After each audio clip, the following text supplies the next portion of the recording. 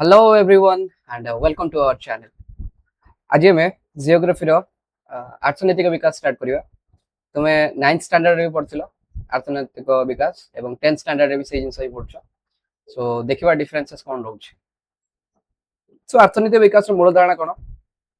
ए जो शब्दडा रहिछि अर्थनैतिक विकास एटा एक बहु प्रचारित शब्द। बहुत क्षेत्र में व्यवहार कर देखुचे देशर कौन सी माने कौन से क्षेत्र अभिवृद्धि होची शिल्प क्षेत्र अभिवृद्धि है कृषि क्षेत्र में अभिवृद्धि होची आम कहे आम देशर अर्थनैतिक विकास होची माने कौन से गोटे सेगमेंट जमी आईटी सेक्टर आगुरी आईटी सेक्टर बहुत ग्रोथ करुला तो से समय आम कहते देश में अर्थनैतिक विकास तीव्र हो चलती बर्तमान टी स्लो डाउन हो जाए कहीं ना आईटी सेक्टर बहुत डाउन अच्छे भारत में जेहेतु एआई एडवांसमेंट होची सो अर्थनैतिक विकास एवं अभिवृद्धि विषय रे हम एबे देखिबा। मुख्यतः अर्थनैतिक अभिवृद्धि को ही बुझौछि हमर अर्थनैतिक विकास माने कोन जेंते हम जीडीपी टर्म रे कैलकुलेशन करछि ग्रॉस डोमेस्टिक प्रोडक्ट कोनसी देशर जातीय आय में हम देखुछे ग्रॉस नेशनल इनकम तो सेटा को हम नै कि अर्थनैतिक विकास सिखछे किंतु अर्थनैतिक विकास खाली अभिवृद्धि को देखले हबो नै जीवन धारण मान लोकंकर ठीक ठाक होउछि कि नै वृद्धि पाउछि कि नै सेटा देखबार अछि जेमति कि भारत को समस्त कहउछथि भारत हे गलानी केते सपोज 5 ट्रिलियन इकोनॉमी होबा को जाउछि किंतु भारत रा तुमे जे देखिबो भारत रे लोक माने एबे भी सुधा बहुत गरीब लोक अछथि खाइबा को पाउनाथि आ हेल्थ डिपार्टमेंट हम जो देखिबा हेल्थ डिपार्टमेंट मीन्स स्वास्थ्य विभाग आम जो जाऊे सपोज ट्रिटमेंट जाऊे से जानी पार्चे केते लंबा लाइन रहा पड़े अपेक्षा करिया पड़ुछि सिटी स्वास्थ्य विभाग रो दुरवस्था में देखिया पाउचे शिक्षा व्यवस्था रे मध्य दुरवस्था देखिया पाउचे तेणु करी सब सेगमेंट रे हमको जदी अभिवृद्धि देखा जाउनी ताहले हम कहि परबेनी कि अर्थनैतिक अभिवृद्धि हेउछि बोली सेमति तेणु करी जीवन यापन रो मान लोकंकर वृद्धि पाया दरकार सब लोकंक बारे समान भाबरे सुविधा पहुंचवा दरकार काना सेहि पई कि हम सरकार को इलेक्शन रे सिलेक्शन करछु जेंति आर्थिक स्थिति रे उन्नति हैला सामाजिक एवं सांस्कृतिक अभिवृद्धि हैला एगुडा होछि अर्थनैतिक विकास रा उदाहरण। आर्थिक अभिवृद्धि हमें कहले कोन बुझे ना देशर मुंड पिछा आय एवं मोट जातीय आय रे क्रमागत वृद्धि हेले आर्थिक अभिवृद्धि होइथाय एवं आर्थिक अभिवृद्धि हेले ही अर्थनैतिक विकास संभव होइथाय काहे जदि तुम पाको पैसा आसीबो तुमे पैसा खर्च करिवो पैसा खर्च करिवो कोटरे भल खाद्य खाइबारे भल पोशाक पिंधिबारे भल घरे रहिबारे एवं निज परिवेश को मध्य स्वच्छ रखिबारे तुमे नियति भाबरे तुमर योगदान रहइबो तुमे शिक्षित हेबो उच्च शिक्षित हेबो एवं उच्च शिक्षित जदि हम देशर जनता माने हेइ जिवे ताले हम देशर जो देखचे वर्ज्य वस्त्र परिचालन एते हेइ पर नै सुपरिचालन हेइ पर नै कोन पाय हमर देशर लोक माने शिक्षित नहोती तो सेमानकर माइंडसेट रे चेंज आसीबो तो आर्थिक अभिवृद्धि हेले ही ए जिंसटा संभव हेइ परिबो बोलिका लेखा दैछि। सो विभिन्न देश मान को श्रेणी विभाग करा जायछि विकसित देश एवं विकासोन्मुखी देश। विकसित देश रे की गले युक्तराष्ट्र America Germany France England Japan माने मेनली हमें देखिबा यूरोपियन नेशंस यूरोपियन कंट्रीज जो मान रहले आ तुमे एपटे जापान साउथ कोरिया तापर सेपटे तुमे जो जीव United states of America Canada तो ये सब देश गुड़ा कौन आम विकसित देश कहीं ना सेठी जनसंख्या नियंत्रित अवस्था अच्छी शिल्पोन्नत देश से माने मुंड पिछा आय से अधिक जीवन यापन मान अति उच्च एवं उन्नत अटे से आम से देश को कहीपर विकसित देश।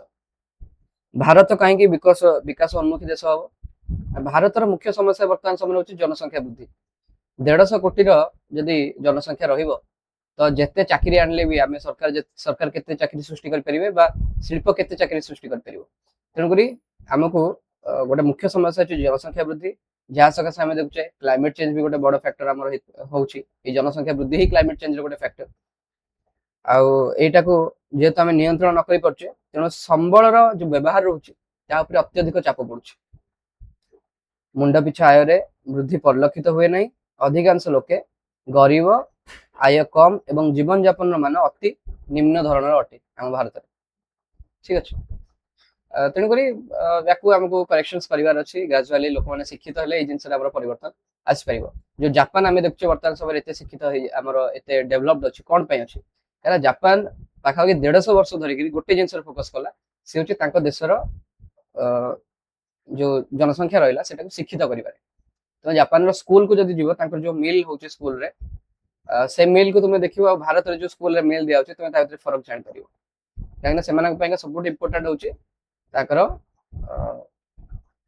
ଯୋଉ ଛୁଆମାନେ ରହିଛନ୍ତି, କାହିଁକିନା ସେମାନେ ହିଁ ଭବିଷ୍ୟତରେ ଜାପାନକୁ ଆଗକୁ ବଢେଇବେ। ତ ଅର୍ଥନୈତିକ ବିକାଶର ନିରୂପଣ ଆମେ କେମିତି କରିବା?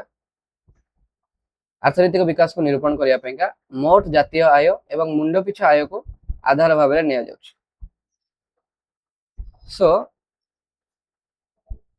ଜିଡିପି ପ୍ଲସ୍ ବହିରାଗତ ଆୟ ତାକୁ ମିଶେଇକି ଆମେ କହୁଛେ ମୋଟ ଜାତୀୟ ଆୟ। ମାନେ କଣ? ଜିଡିପି ଆମେ କହିଲେ କଣ ବୁଝେ ନା ଗୋଟେ ଦେଶରେ ଗୋଟେ ବର୍ଷ ମଧ୍ୟରେ ଉତ୍ପାଦିତ ହୋଇଥିବା ସମସ୍ତ ଦ୍ରବ୍ୟ ଏବଂ ସେବାର ମୁଦ୍ରାଗତ ମୂଲ୍ୟ ତାକୁ ଆମେ କହୁଛେ ଜିଡିପି, ଗ୍ରସ୍ ଡୋମେଷ୍ଟିକ ପ୍ରଡକ୍ଟ ବା ମୋଟ ଘରୋଇ ଉତ୍ପାଦ।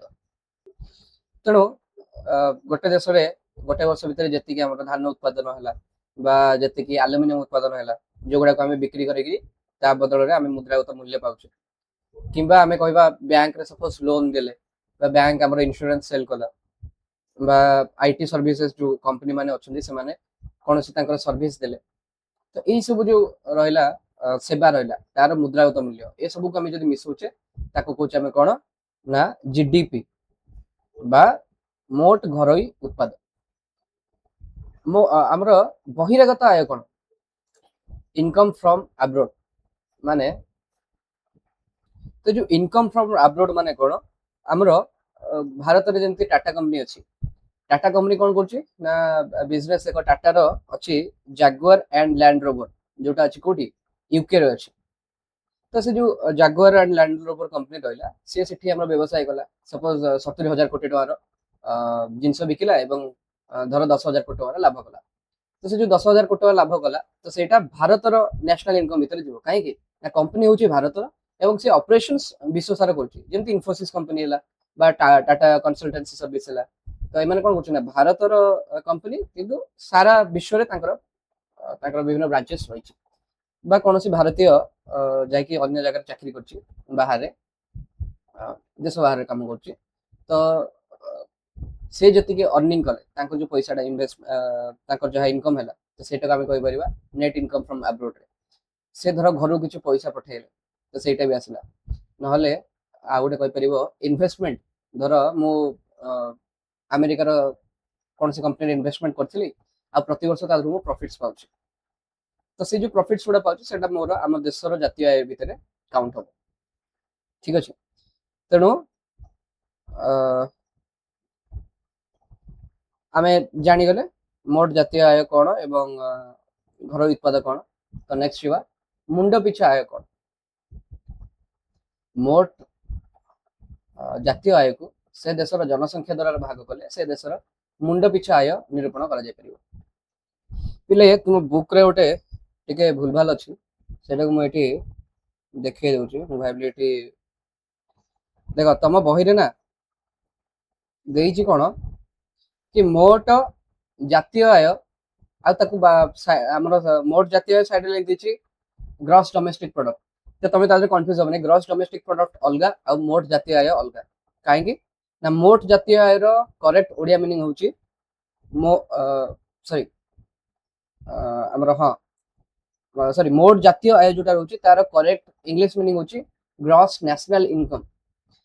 आउ मोट घरोई उत्पाद तार इंग्लिश मीनिंग होची ग्रॉस डोमेस्टिक प्रोडक्ट।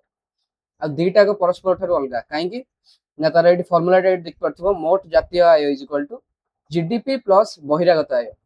ठीक अच्छे, किंतु तुम बही कहवा अनुसार कौन कौच ना मोट जातीय आय को कहीदे जीडीपी, तो सेमती केबे हो पारिबनी कहीं GDP is equal to GDP plus बहिरागत आय, तो ये समीकरण ही भूल हो जाए। ठीक अच्छे, तेणुक तुमने यहाँ ये कद मुझे लिखी तुम जो बही जो पीडीएफ टा रखी जीडीपी लिखा जाए पुनः मोट जातीय आय लिखा जाए जोटा कि भूल अच्छी। ठीक है, सेटा तुम्हें करेक्शन करदे। सो मुंड पिछा आय ମୋଟ ଜାତୀୟ ଆୟକୁ ସେ ଦେଶର ଜନସଂଖ୍ୟା ଦ୍ୱାରା ଭାଗ କଲେ ସେ ଦେଶର ମୁଣ୍ଡ ପିଛା ଆୟ ନିରୂପଣ ହେଇପାରିବ।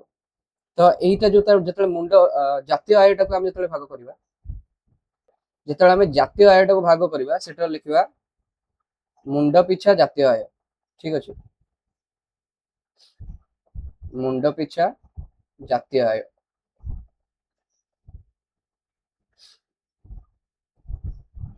ତ ସେଇଟା ଲେଖିବା per capita gross national income বা GNI per capita କୁହାଯାଏ, GNI per capita। ସେମିତି ମୁଣ୍ଡ ପିଛା ମୋଟ ଉତ୍ପାଦ ଯୋଉଟା ରହୁଛି ଆମର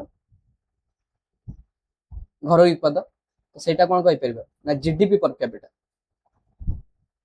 ତୁମେ ବହୁତ ଟାଇମ ରେ ନ୍ୟୁଜ ରେ ଶୁଣିଥିବ GDP per capita। এটা হচ্ছে কোন না মুন্ড পিছা ঘরোই মোট ঘরোই উৎপাদন।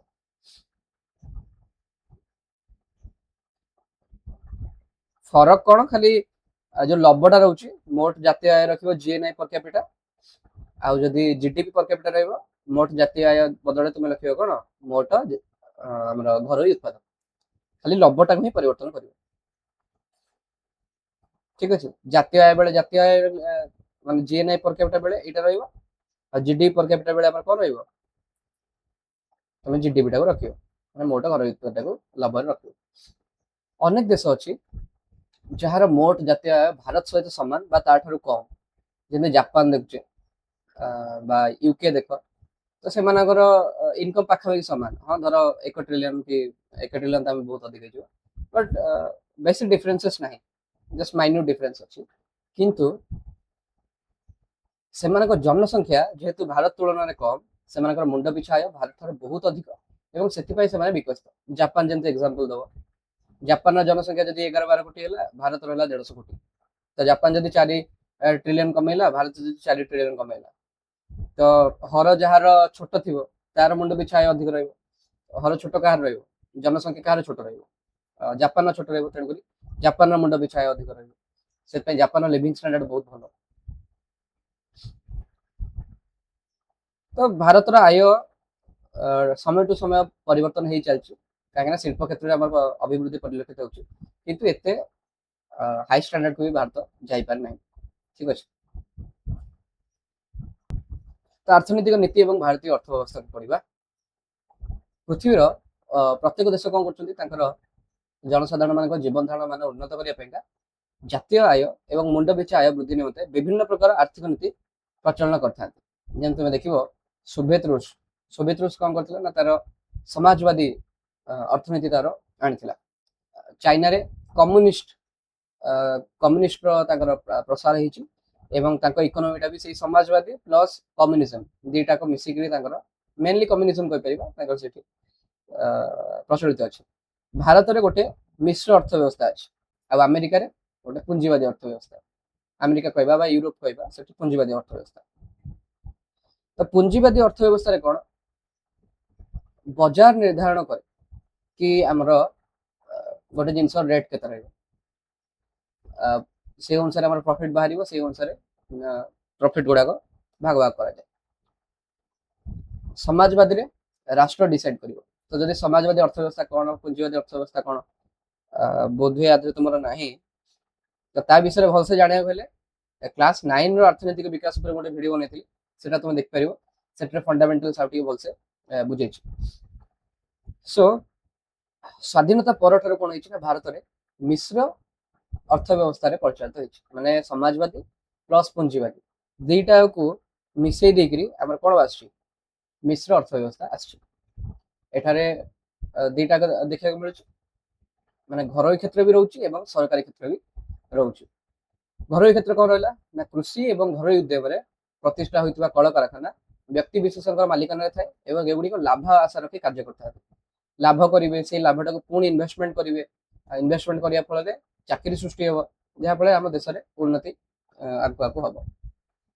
सरकारी उद्यम में प्रतिष्ठित और परिचालित विभिन्न द्रव्य एवं सेवा उत्पादनकारी संस्था जमी रेल विभाग देखा जाए के प्रॉफिट कर लोक मान सेवा डाक विभाग देखा जाए कि प्रॉफिट कला के लॉस कला, केवल लोक मान सेवा आम जमी देखुचे ସ୍ୱାସ୍ଥ୍ୟ ବ୍ୟବସ୍ଥା ଯୋଉ ଅଛି ମେଡିକାଲ ଗୁଡାକ ଦେଖୁଛେ ଗଭର୍ଣ୍ଣମେଣ୍ଟ ହସ୍ପିଟାଲ ଗୁଡା ହେଲା ଗଭର୍ଣ୍ଣମେଣ୍ଟ ସ୍କୁଲ ଗୁଡିକ ହେଲା ଏଗୁଡିକ କଣ ପାଇଁ ରଖାଯାଇଛି ନା ଏମାନେ ଏଗୁଡିକ ଲୋକମାନଙ୍କର ସେବା ପାଇଁକା ମାନେ ଜନକଲ୍ୟାଣ ନିମନ୍ତେ କାର୍ଯ୍ୟ କରିଥାନ୍ତି ଏମାନେ ପ୍ରଫିଟ୍ ଆଶାରେ କାମ କରନ୍ତି କିନ୍ତୁ ପ୍ରଫିଟ୍ ଆଶାରେ ବି ଆମେ ଦେଖୁଛୁ ହସ୍ପିଟାଲ ଅଛି ପ୍ରାଇଭେଟ ହସ୍ପିଟାଲ ଗୁଡିକ ଅଛି ସେମାନେ ପ୍ରଫିଟ୍ ଆଶାରେ କାମ କରୁଛନ୍ତି ସେମାନେ ତାଙ୍କର ସେବାଟାକୁ ତ୍ୱରାନ୍ୱିତ କରନ୍ତି ଅଧିକ ଭଲ ସେବା ପ୍ରଦାନ କରିବାକୁ ସେମାନେ ଚେଷ୍ଟିତ ଥାନ୍ତି ତ ଦିଟା ଆକର ଆମେ ଭାରତରେ ସମାଗମ ଦେଖୁଛୁ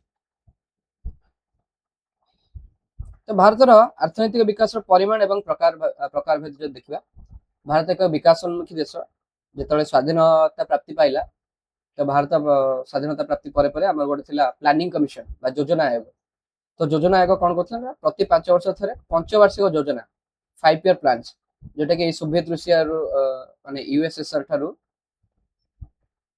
ଆମର ଅନୁପ୍ରାଣିତ ହେଇକି ଏଟା ଆଣିଥିଲେ କିନ୍ତୁ ମୋଦି ସରକାର ଆସିଲା ପରେ ସେଟାକୁ ଯୋଜନା ଆୟୋଗ ହଟେଇ ଦେଇଛନ୍ତି ଏବଂ ନୀତି ଆୟୋଗ ତା ଜାଗାରେ ଅଛି କିପରି ଭାବରେ ଆମର ଅର୍ଥନୈତିକ ଅଭିବୃଦ୍ଧି ହେଇଛି ଦେଖିବା ସୋ କୃଷି କ୍ଷେତ୍ରରେ ଉନ୍ନତି ପାଇଁକା ଆମର ଭୂ ସଂସ୍କାର ଆଇନ ଆସିଲା ତୁମେ ଯଦି ଦେଖିବ ଆମର ସମ୍ବିଧାନର ଅନୁସୂଚୀ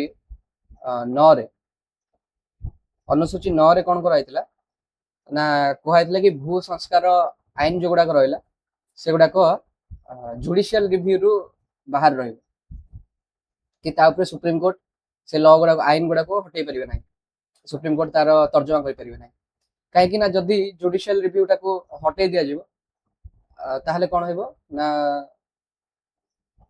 ସରି ଜୁଡିସିଆଲ ରିଭ୍ୟୁ ଯଦି ତା ଦେହରେ ରହିଲା ତାହେଲେ ଲୋକମାନଙ୍କ ଠାରୁ ଜମି ବଣ୍ଟା ହବ ମାନେ ଯୋଉମାନେ ଧନୀ ଅଛନ୍ତି ଜମିଦାର ମାନେ ଥିଲେ ତାଙ୍କଠାରୁ ଜମି ନିଆ ହେଇକିରି ଯୋଉମାନେ ଭୂମିହୀନ ଶ୍ରମିକ ଅଛନ୍ତି ଭୂମିହୀନ କୃଷକ ଅଛନ୍ତି ତାଙ୍କୁ ଜମିଟା ଦିଆଯିବ ସେମିତି ହେଲେ ଜମିଦାର ମାନେ କହିବେ ଆମର ଅଧିକାର ମୌଳିକ ଅଧିକାର ଆମର କ୍ଷୁଣ୍ଣ ହଉଛି ସେଥିପାଇଁ ତାକୁ ରଖା ହେଇଥିଲା ଜୁଡିସିଆଲ ରିଭ୍ୟୁ ବାହାରେ ରଖା ହେଇଥିଲା କିନ୍ତୁ ପରେ ସେଇଟା ସବୁତକ ଜିନିଷ ଏବେ ସମ୍ବିଧାନର ଜୁଡିସିଆଲ ରିଭ୍ୟୁ ଭିତରେ ଆସୁଛି ତ ସେଇ ଭୂ ସଂସ୍କାର ଆଇନ ଯୋଉ ଅଣା ହେଇଥିଲା ତା ଦ୍ୱାରା ଜମିଦାରୀ ଉଚ୍ଛେଦ କରାଗଲା ଭୂମିହୀନ କୃଷି ଶ୍ରମିକଙ୍କୁ ସରକାରୀ ଜମି ପ୍ରଦାନ କରାଗଲା ଏବଂ ଜୋତର ସର୍ବସୀମା ନିର୍ଦ୍ଧାରଣ ଇତ୍ୟାଦି କାର୍ଯ୍ୟକାରୀ କରାଯାଇଛି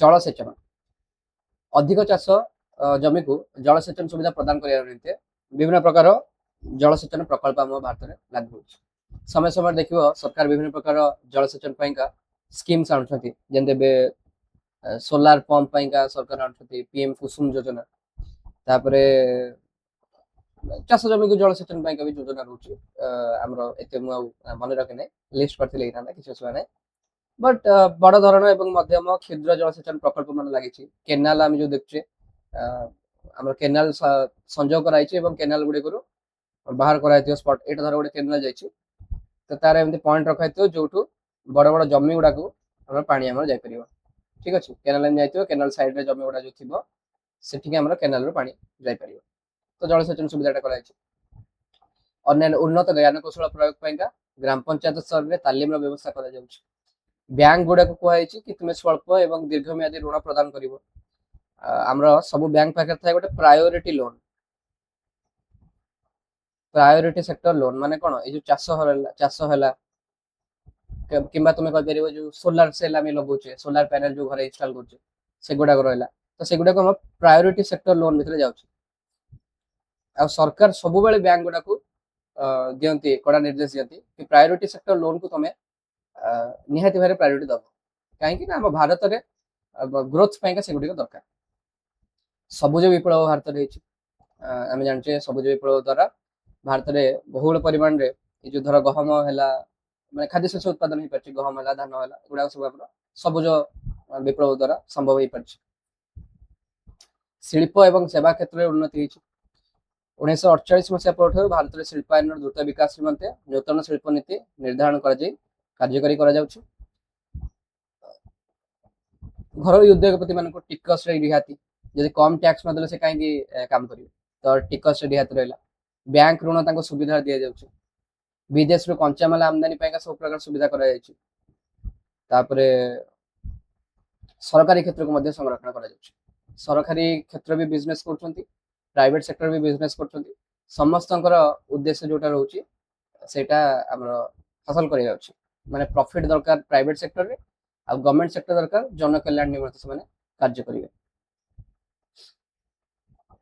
शिल्प क्षेत्र में देश कौन कर सुदृढ़ भित्तिभूमि स्थापन कर जाए କାରଣ ବ୍ୟାଙ୍କିଙ୍ଗ ବ୍ୟବସ୍ଥା ଭାରତରେ ବର୍ତ୍ତମାନ ରୋବଷ୍ଟ ହେଇଯାଇଛି, ବହୁତ ଭଲ ଭାବରେ ବ୍ୟାଙ୍କିଙ୍ଗ ସେବା ପଳେଇ ଆସିଛି ଏବଂ ବିଦେଶ ସହିତ ଯଦି ବିଜନେସ କରିବାର ଅଛି ତା ପାଇଁକା ମଧ୍ୟ ସରକାର ସୁବିଧା ପ୍ରଦାନ କରୁଛନ୍ତି। ତ ନିହାତି ଭାବରେ ଆମେ କହିପାରିବା ଭିତ୍ତିଭୂମିକୁ ସୁଦୃଢ କରାଯାଇଛି। ସେବା କ୍ଷେତ୍ର ଯେମିତି ବ୍ୟାଙ୍କ, ଡାକ, ରେଳ, ବୀମା ଆଦିର ପରିସର ମଧ୍ୟ ବୃଦ୍ଧି ପାଇଛି। ନୂତନ ଆର୍ଥିକ ନୀତି ଏବଂ ଏଲପିଜି ଆମର 1991 ମସିହା ପରଠାରୁ ଭାରତରେ ଏକ ନୂତନ ଅର୍ଥନୈତିକ ନୀତି ଆମର ପ୍ରଣୟନ କରାଯାଇଥିଲା, ଯୋଉଟା ଆମର କଣ ହେଇଥିଲା 1991 ଟାଇମରେ ସଂକଟ ଆମ ଭାରତରେ ଦେଖାଯାଇଥିଲା।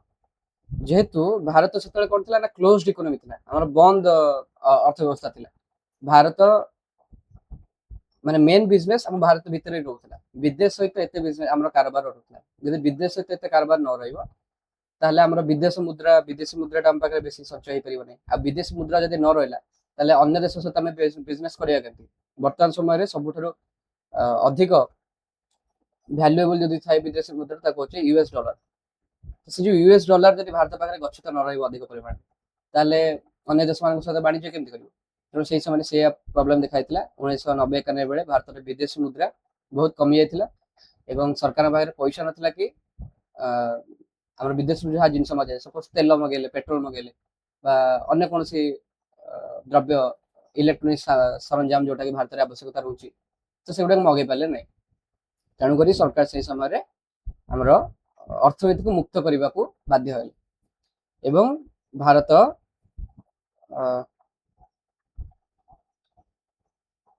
ଏଲପିଜି ନୂତନ ଅର୍ଥନୈତିକ ନୀତିର ପ୍ରବର୍ତ୍ତନ କରିଥିଲା, ଯୋଉଟା କୁହାଯାଏ लिबरालाइजेशन, प्राइवेटाइजेशन एंड ग्लोबलाइजेशन। ମାନେ ଯୋଉ ପ୍ରାଇଭେଟ ସେକ୍ଟର କହୁଛେ, ଗ୍ଲୋବାଲାଇଜେସନ ମାନେ ସାରା ବିଶ୍ୱରୁ ବିଭିନ୍ନ ପ୍ରକାର କମ୍ପାନୀ ଆସିକି ଭାରତରେ ତାଙ୍କର ବ୍ରାଞ୍ଚେସ୍ ସ୍ଥାପନ କରିପାରିବେ, ତାଙ୍କ ବିଜନେସ୍ ଏଠି ଭାରତରେ କରିପାରିବେ ଏବଂ ଟ୍ୟାକ୍ସ ରେଟ୍ରେ କମ୍ କରାଗଲା। ଲାଇସେନ୍ସ ଗୁଡାକ ଯୋଉ ଆଗରୁ ବହୁତ କଷ୍ଟକର ହଉଥିଲା ଗୋଟେ ଲାଇସେନ୍ସ ନେବା, ସେଇଟା ମଧ୍ୟ ଇଜି କରାଗଲା।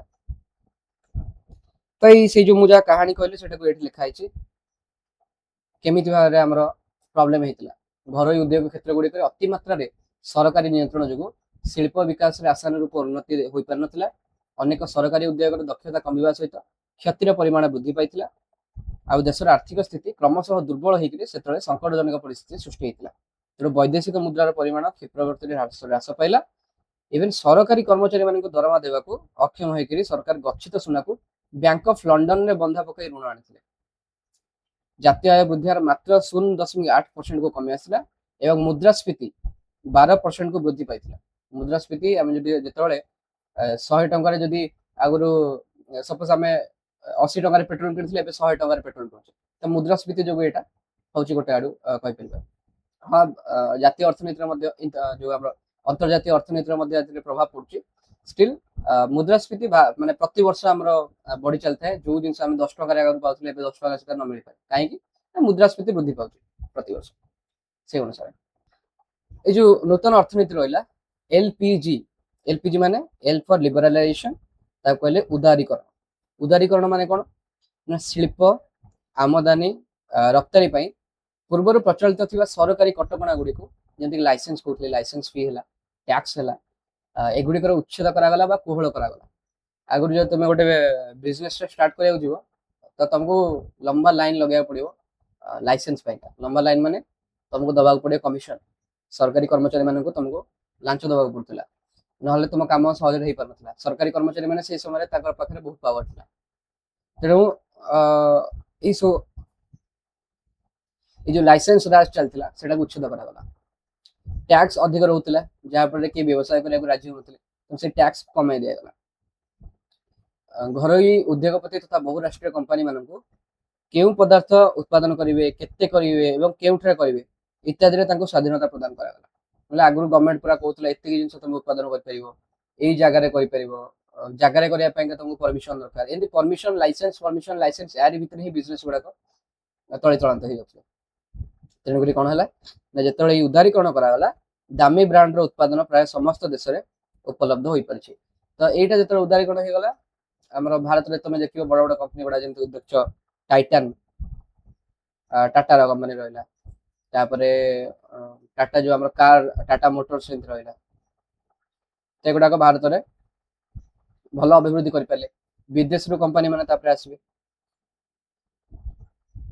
ଘରୋଇକରଣ କରାଗଲା। ବିଭିନ୍ନ କ୍ଷେତ୍ରରେ ସରକାରୀ ଉଦ୍ୟୋଗ ଗୁଡ଼ିକର ବିଫଳତା ଯୋଗୁଁ ଏହି ନୀତିର ପ୍ରଣୟନ କରାଗଲା। ଘରୋଇ ଉଦ୍ୟୋଗୀମାନଙ୍କୁ ପ୍ରୋତ୍ସାହନ ଦିଆଯାଇ ସରକାରୀ ଉଦ୍ୟୋଗ ସହିତ ପ୍ରତିଯୋଗିତା କରିବା ପାଇଁକା ସେମାନଙ୍କୁ ଉତ୍ସାହିତ କରାଗଲା। ଘରୋଇକରଣ ମାନେ ତୁମେ ଦେଖ, ଧର କୌଣସି ଗୋଟେ କମ୍ପାନୀ ଥିଲା, ତା ଦେହରେ 100% ମାଲିକାନା ଥିଲା ସରକାରଙ୍କର। ଆଉ ସରକାରଙ୍କ ମାଲିକାନା ରହିଲେ କଣ ହବ? ତା ଦେହରେ ଯେ ଏମ୍ପ୍ଲୟି ମାନେ ଥିବେ ସେମାନେ କହିବେ ନା ଆମେ ହେଲୁ ସରକାରୀ କର୍ମଚାରୀ। ଆଉ ସରକାରୀ କର୍ମଚାରୀ ତାଙ୍କ ମନ ଇଚ୍ଛା କାମ କରିବେ, ଯାହା ଫଳରେ ସେ କମ୍ପାନୀ ଏତେ ପ୍ରଫିଟ୍ କମେଇ ପାରିବନି ଯେତିକି କମେଇବାର ଅଛି, କ୍ଷତି ସହିବାକୁ ପଡୁଥିଲା। ତେଣୁ ସରକାର କଣ କଲେ ନା ଏହା କମେଇଦେବା, 50% ମାଲିକାନା ନିଜ ପାଖରେ ରଖିଲେ, 50% ବାହାର ଲୋକଙ୍କୁ ଦେଇପାରିଲେ, ବଡ ବଡ କମ୍ପାନୀ ମାନେ ନେଇପାରିଲେ। ଯଦି ସେମିତି କରାଗଲା ତାହେଲେ 50% ଯାହା ପାଖରେ ଷ୍ଟେକ୍ ରହିଲା ସେମାନେ ଚାହିଁବେ କାମ କରିବା ପାଇଁକା, ତାଙ୍କର ପ୍ରଫିଟ୍ ବଢିବା ପାଇଁକା, ତାଙ୍କର ଯେତିକି ପାର୍ଟ ରହିଛି, ଯେତିକି ଭାଗ ଅଛି ସେତିକିରେ ସେ ଭଲ ପ୍ରଫିଟ୍ ପାଇବାକୁ ଚେଷ୍ଟା କରିବେ। ତେଣୁକରି ଯୋଉ ବ୍ୟବସ୍ଥାଟା ଚାଲିଥିଲା ଆମର ବ୍ୟବସାୟ, ତାକୁ ଟିକେ ଅତି ସୁବ୍ୟବସ୍ଥିତ କରାଗଲା, ଯାହାଫଳରେ ପ୍ରଫିଟ୍ ମଧ୍ୟ ବଢି ଚାଲିଲା। ଏବଂ ବିଭିନ୍ନ ପ୍ରାଇଭେଟ କମ୍ପାନୀ ମାନଙ୍କୁ ମଧ୍ୟ ବିଜନେସ୍ ଆସିବାକୁ ଅନୁମତି ମିଳିଲା। ଯେମିତି ଆଗରୁ ଖାଲି ଭାରତରେ ସପୋଜ ଫ୍ଲାଇଟ୍ ଯିବାର ଅଛି, ତ ଯଦି ଖାଲି ଆମର କଣ ଥିଲା, ଇଣ୍ଡିଆନ ଏୟାରୱେଜ ନା କଣ,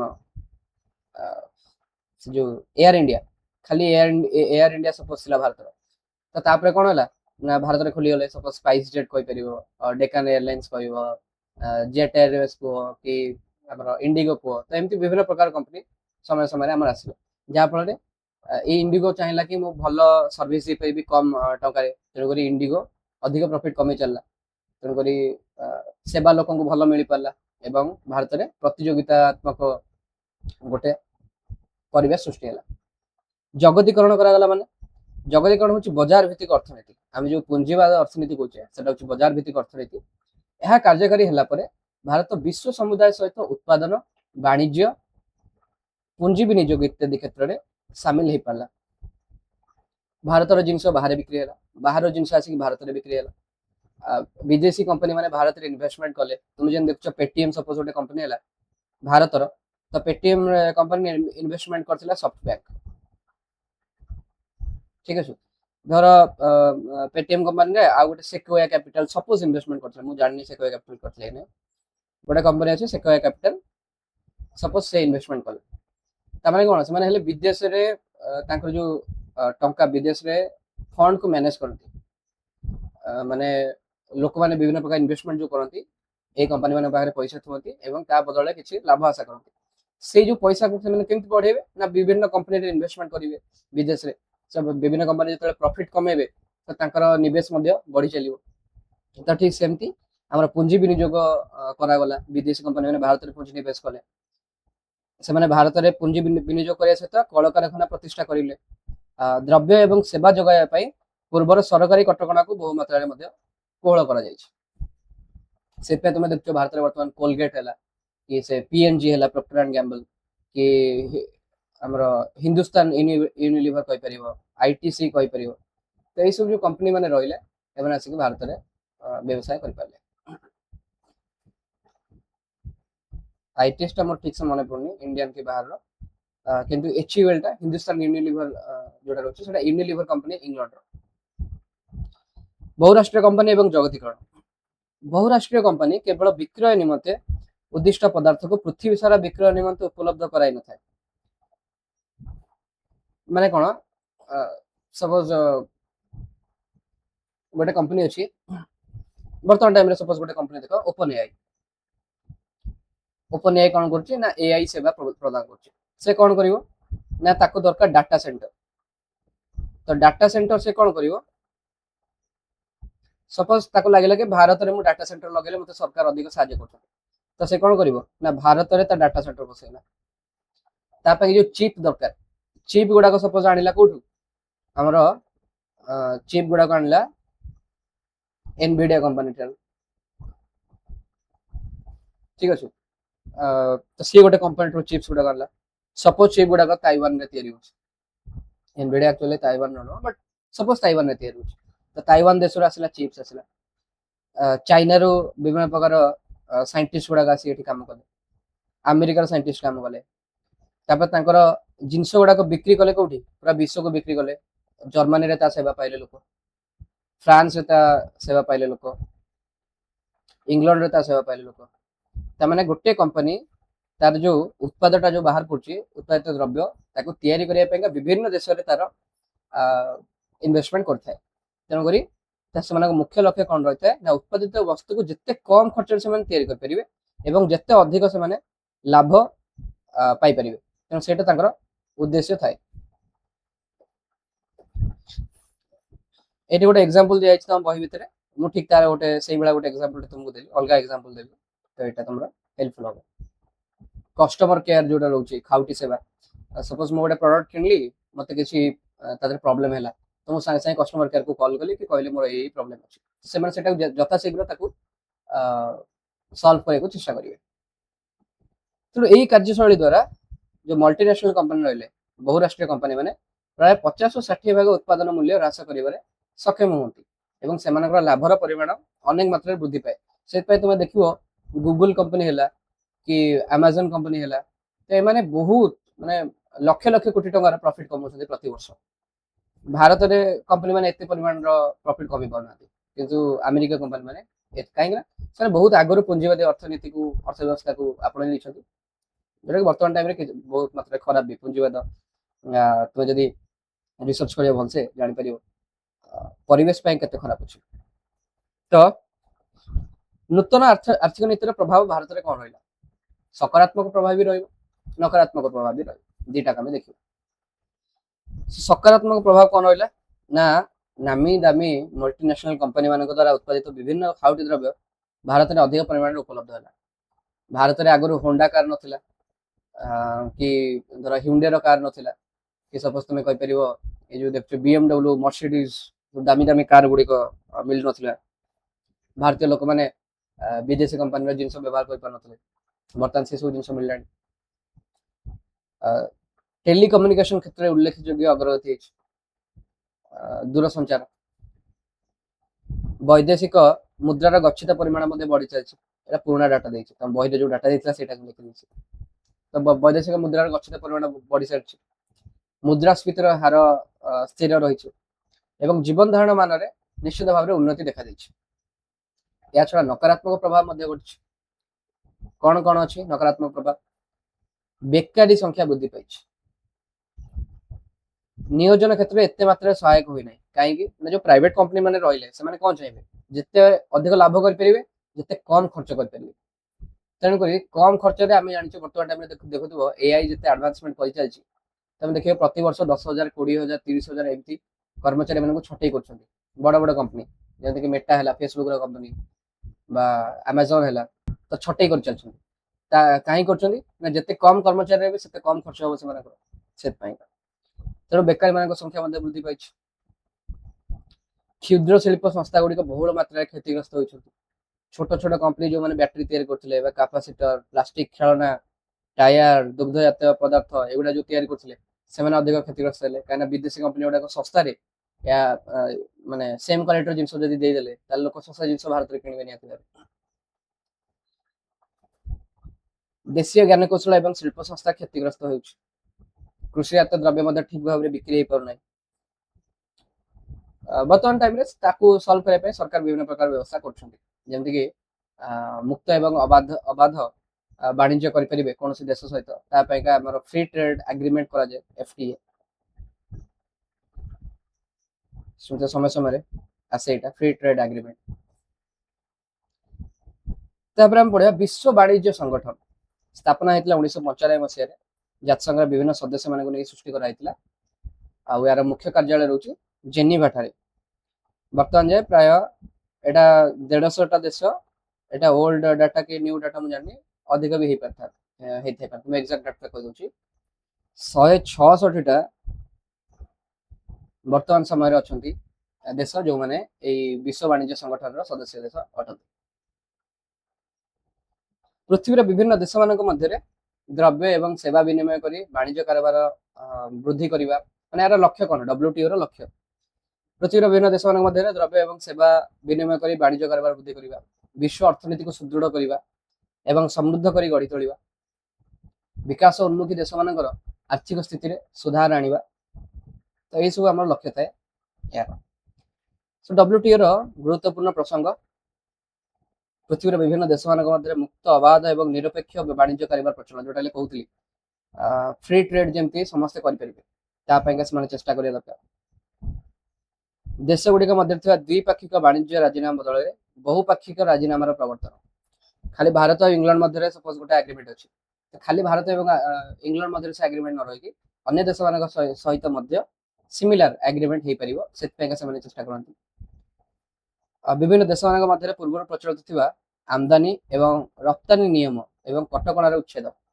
ଆଗରୁ ବହୁତ ରେଷ୍ଟ୍ରିକ୍ସନ୍ସ ରହୁଥିଲା, ଏଇ ଜିନିଷ ଆମ ଦେଶକୁ ଆସିପାରିବ, ଏଇ ଜିନିଷ ଆମ ଦେଶକୁ ଆସିପାରିବନି, ଯଦି ଆଣୁଛ ତା ପାଇଁ ଆମେ ଏତିକି ଟ୍ୟାକ୍ସ ଲଗେଇବୁ, ଯାହାଫଳରେ ଗୋଟେ ବିଦେଶୀ କମ୍ପାନୀ ଦେଖିଲା କି ମୁଁ ଏଇ ପ୍ରଡକ୍ଟଟା ଭାରତରେ ବିକ୍ରି କରିପାରୁନାହିଁ, ତ ସେଇ ଜାଗାରେ WTO ଆଗରେ କହିବେ କି ଏଇ କ'ଣ ପାଇଁ ଏମିତି ରଖୁଛନ୍ତି। WTO ର କିଛି ରୁଲ୍ସ ଅଛି, ତ ଭାରତକୁ ସେଟା WTO କହିବ କି ମୋର ରୁଲ୍ସ ଅନୁସାରେ, ଆମ ରୁଲ୍ସ ଅନୁସାରେ ଇଏ ଅଛି, ତ ଭାରତ କହିବ କି ମୋର ଦେଶରେ ମୁଁ ଏଇ ରୁଲ୍ସ ଲଗେଇ ପାରିବି ମୋର ଦେଶର ସ୍ୱାର୍ଥ ରକ୍ଷା ପାଇଁକା।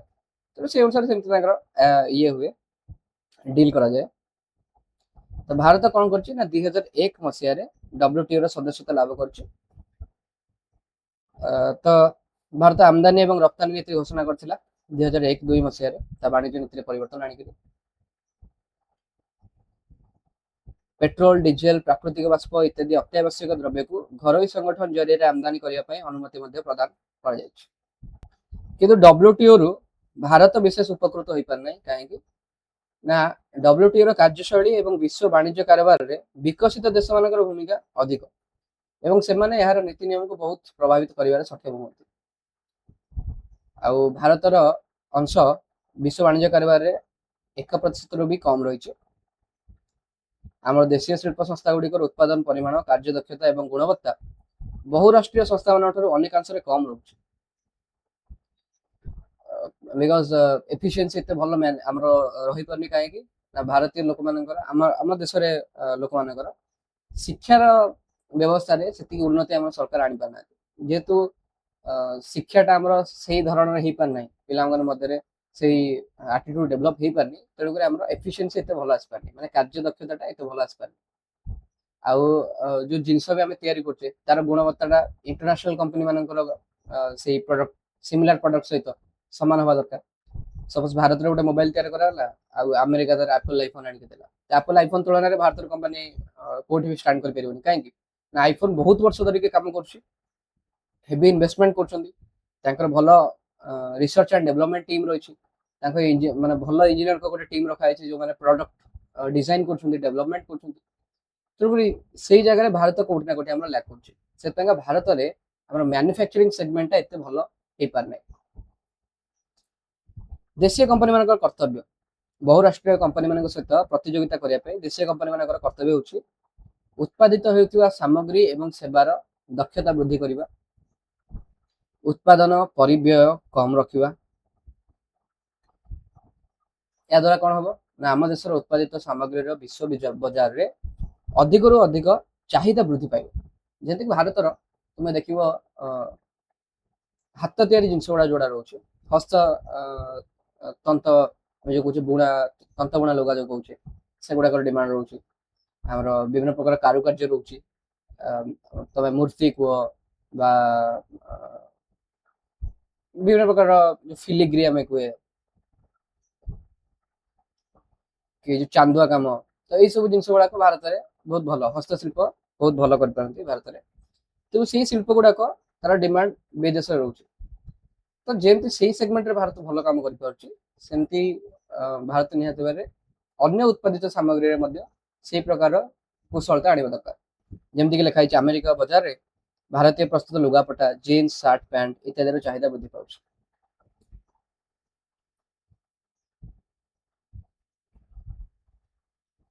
तो यही जाए तुम बही भितर यही जाए दी मुझा किसी एक्सट्रा पॉइंट लिखी जानिया बर्तमान समय कौन डेवलपमेंट होची। भारत सरकार बर्तमान डिजिटल ट्रांसफॉर्मेशन कर डिजिटल रूपांतरण आमर कैपिटल एक्सपेंडिचर कराउची, पूंजीगत व्यय अधिक पूंजी निवेश कराउची एवं या द्वारा मौलिक ढांचा सृष्टि करा जाउची एवं उत्पादन को प्रोत्साहन उपर केंद्रित करा जाउची। डिजिटल आमर रूपांतरण कौन होची ना जनधन बैंक अकाउंट आजकल तुम शुणुथो जनधन बैंक अकाउंट सरकार दौरान सुविधा, आधार आसी जाइए, मोबाइल सुविधा ରହିଛି ଯାହା ଫଳରେ ପ୍ରତ୍ୟକ୍ଷ ଲାଭ ହସ୍ତାନ୍ତରକୁ ସକ୍ଷମ କରାଯାଇଛି।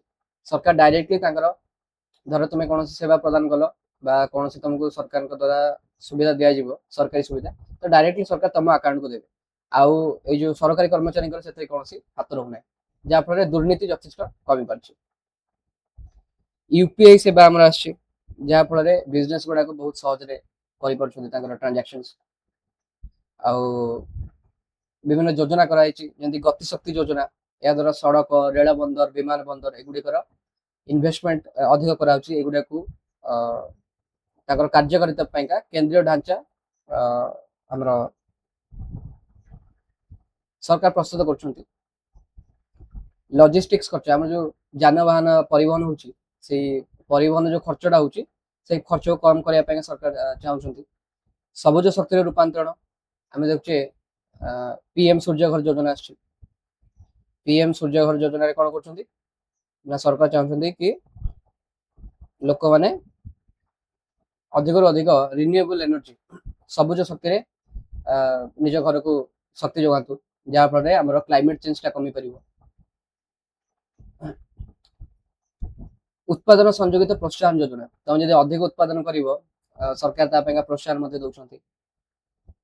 ଯେମିତିକି ଅଟୋମୋବାଇଲ ହେଲା, ମାନେ ଗାଡି ତିଆରି କରାହେଲା, ଇଲେକ୍ଟ୍ରୋନିକ୍ସ କରାହେଲା ବା ମେଡିସିନ୍ସ କରାହେଲା, ତ ଏଇ ସବୁ ଇନଭେଷ୍ଟମେଣ୍ଟ ଏଇ ସବୁ ସେକ୍ଟରରେ ସରକାର କହୁଛନ୍ତି କି ତୁମେ ଯଦି ଅଧିକରୁ ଅଧିକ ଉତ୍ପାଦନ କରୁଛ ତାହେଲେ ଆମେ ତୁମକୁ ତା ପାଇଁ କିଛି ଲାଭ ଦେବୁ, କିଛି ପ୍ରୋତ୍ସାହନ ଧନରାଶି ଆମେ ଦେବୁ।